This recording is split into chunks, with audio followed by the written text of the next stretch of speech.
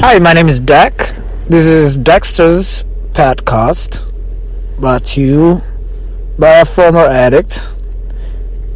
I actually don't consider myself a former addict. I would rather refer to myself as a former non-smoker from here forward.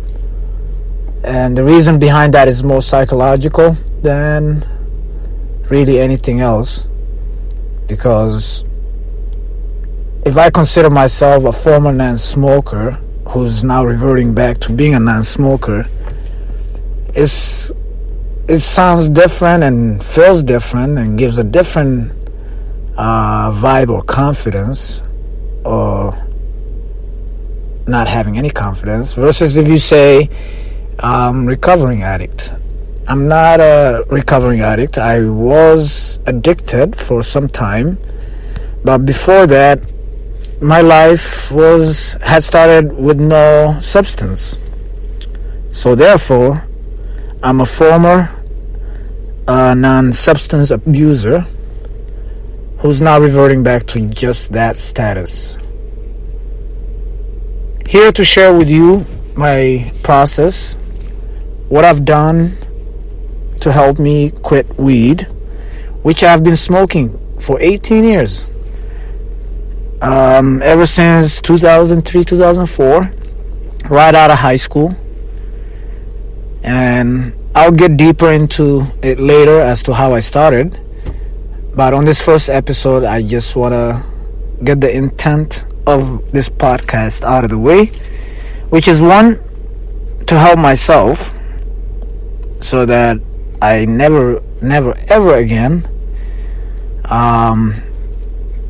use any kind of enhancement or substance or food, clothes, whatever that is. Because addiction is just what we're addicted to is just an item, There's other underlying issues that we're trying to suppress or forget or avoid. So therefore, what better way than to screw your mind up so you don't think about those problems that are leading you to be an addict in the first place.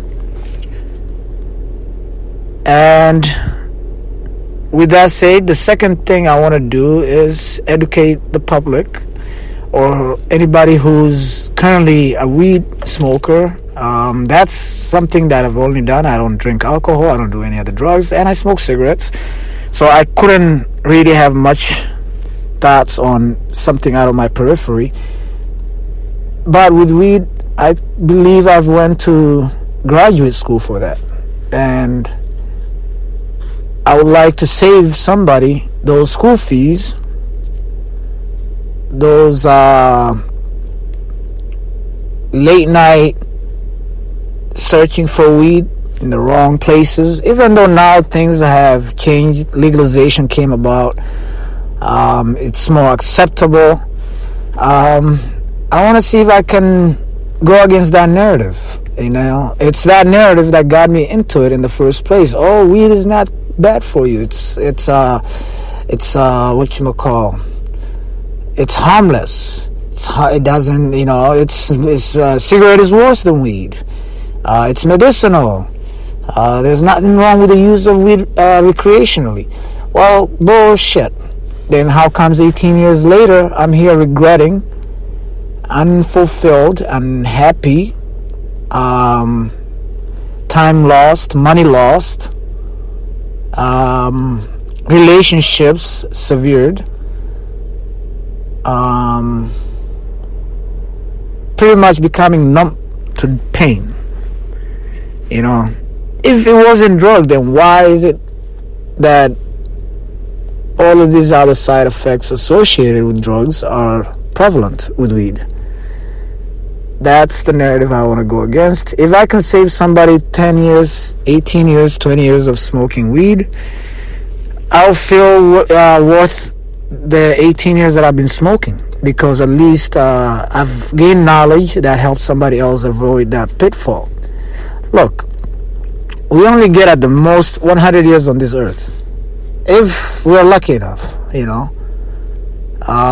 While you're at it, you have issues. The world is a test.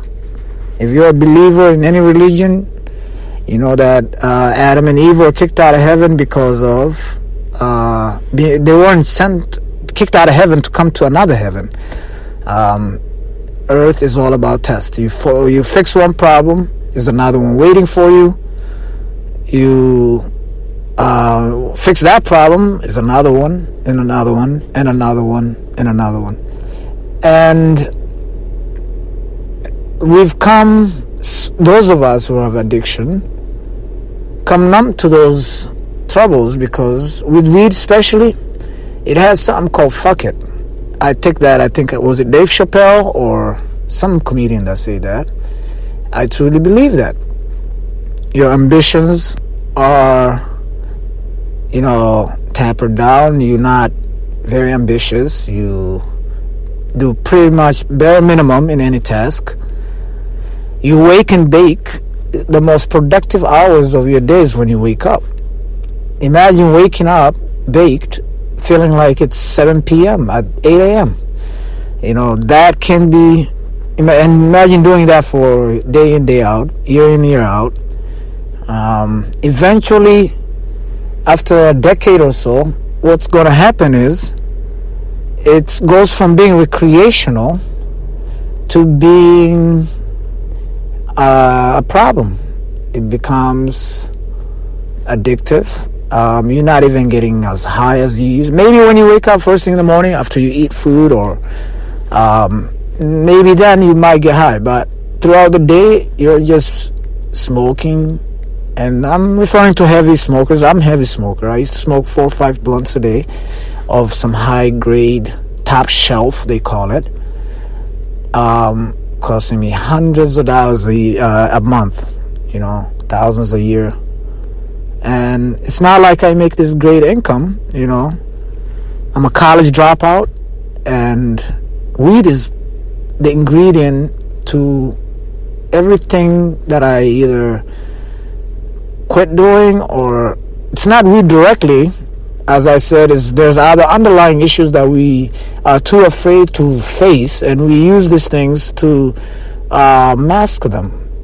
And what happens is all you're doing is buying yourself time, because soon as the mask has been lifted, those issues don't disappear. Do you think 18 years ago the issues that I had has gone away? Dropping out of college, even though I was 3 years into it, now I have student loans that I will have to pay back whether I like it or not, even though I do not have a college degree. And that's just one example. You get more examples as I go. Family, friends, work, job, career opportunities, professional growth. All of those things have been affected by my attempt to mask my real issues with a substance. So I'm going to make this short in hopes that I'll have listeners who will be interested in what's going on. But I'm on my second day. The first day was very easy. Very, very easy. I think on the first day you're working with that euphoria of, yay, I want to do this. Second day was a bit harder. I managed to occupy myself. I do ride share, so I'm driving almost 10 hours.